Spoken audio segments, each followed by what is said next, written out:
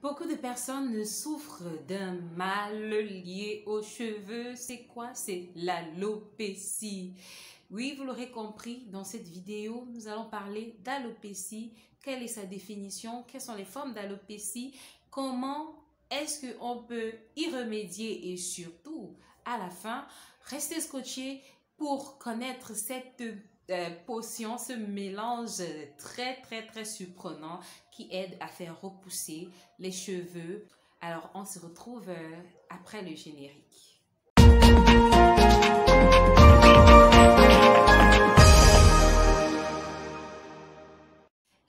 Hello, bienvenue sur Multitalent. Je suis Ghana, votre multitalentueuse. J'espère que vous allez bien. Comme annoncé à l'introduction, nous allons parler d'alopécie et sans plus tarder, entrons dans le vif du sujet. C'est quoi l'alopécie? On entend parler de ce mot, certainement, souvent, surtout les femmes qui sont sujettes à certains problèmes capillaires, etc. C'est quoi l'alopécie? L'alopécie, c'est simplement une chute de cheveux, des chutes de cheveux de n'importe quelle partie du corps humain et quelle qu'en soit la raison. C'est ça l'alopécie. Donc vous l'aurez compris, il s'agit des pertes de cheveux qui s'arrachent à partir de la racine, il peut s'agir des pertes de cheveux au niveau des tempes, il peut s'agir des pertes de cheveux à l'intérieur de la tête, ou sur, enfin, on a dit sur n'importe quelle partie du corps humain. Donc, ne me demandez pas de faire un dessin, d'accord? Vous avez tout compris. Quelles sont les causes de l'alopécie? Nous pouvons classifier. En fait, moi, j'ai fait une classification en deux grandes parties. D'une part, les causes qui sont liées aux manipulations humaines, au fait de l'être humain, et d'autre part, les causes qui ne dépendent pas vraiment de nous. Alors, dans la première catégorie, je m'en vais mettre les causes qui sont liées à la manière de traiter nos cheveux. Par exemple, pour ceux qui est des personnes de couleur noire, tout le monde sait qu'en général, on fait des tresses, on fait des coiffures qui sont extrêmement serrées. Et lorsque ces coiffures sont serrées, cela agresse le cuir chevelu, cela agresse le cheveu. Et lorsqu'on détache cette coiffure-là, on se retrouve avec des cheveux en moins. Donc, en somme, il s'agit des tresses trop serrées, des tresses trop longues et lourdes. Quand vous mettez des rajouts, des mèches qui vont jusqu'aux fesses, le poids de ces mèches-là peut entraîner des chutes de cheveux. Nous avons également des tresses qui mettent trop long, des coiffures protectrices ou pas, qui mettent beaucoup trop long et qui font que les cheveux s'arrachent au bout d'un mois, après avoir mis un mois avec une coiffure, etc. La deuxième catégorie de causes est celle qui n'est pas vraiment liée au fait de l'homme, on va dire ça comme ça là. C'est surtout des causes qui ne dépendent pas réellement de nous. Nous avons dans cette rubrique-là les causes liées aux hormones.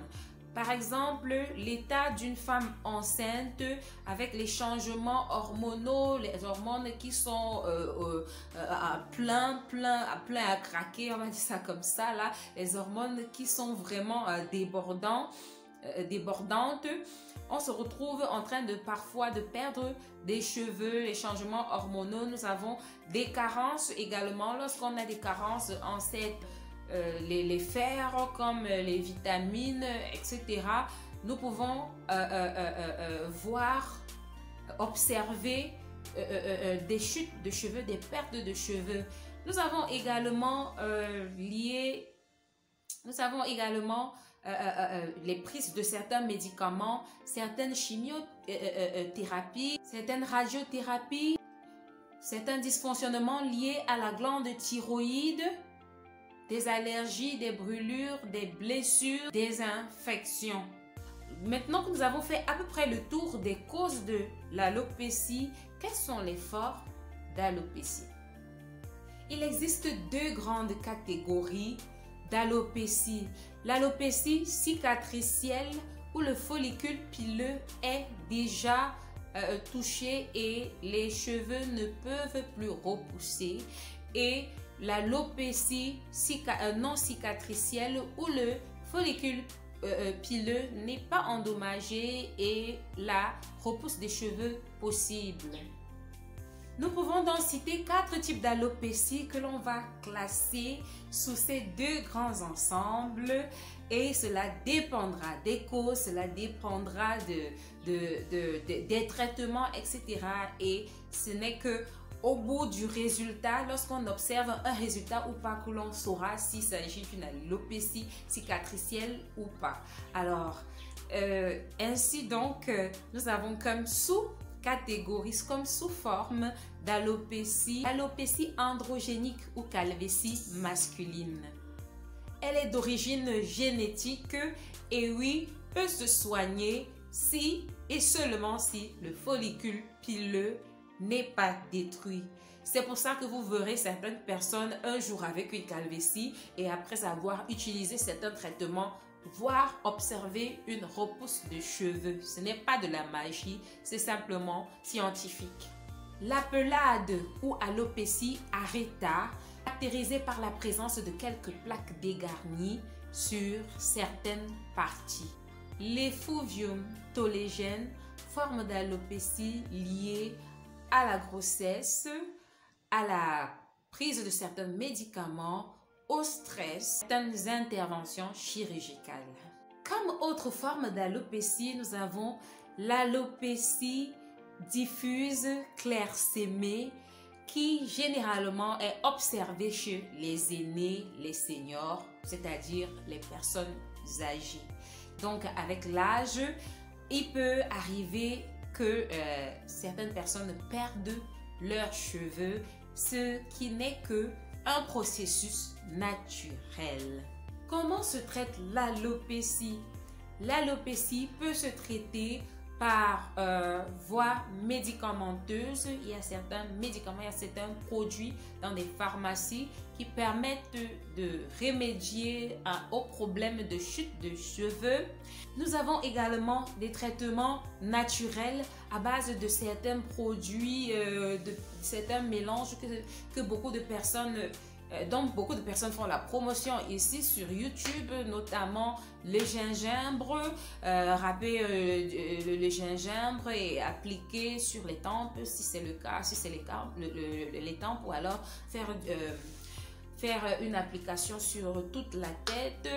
Certaines des personnes utilisent du jus d'oignon, etc., etc. Et nous avons également des traitements extrêmes, plus extrêmes. Il s'agit notamment de la chirurgie, la voie chirurgicale, qui est un moyen encore plus extrême qui consiste en une greffe de cheveux dans le cuir chevelu de la personne qui est sujette à l'alopécie. Enfin, comme traitement, nous pouvons évoquer le port des perruques. Oui, beaucoup de femmes qui n'ont pas de cheveux, qui ont été victimes d'accidents, qui ont été victimes de brûlures extrêmes, etc., etc., adoptent les perruques comme traitement. C'est une forme de traitement qui remédie aux problèmes esthétiques que le manque de cheveux peut causer à la personne. Donc, c'est une forme de traitement. Alors,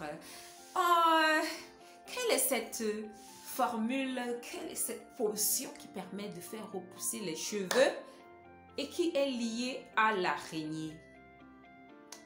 Alors, très surprenant, mais très efficace. Vous irez essayer et revenez en commentaire me dire si ça a marché pour vous.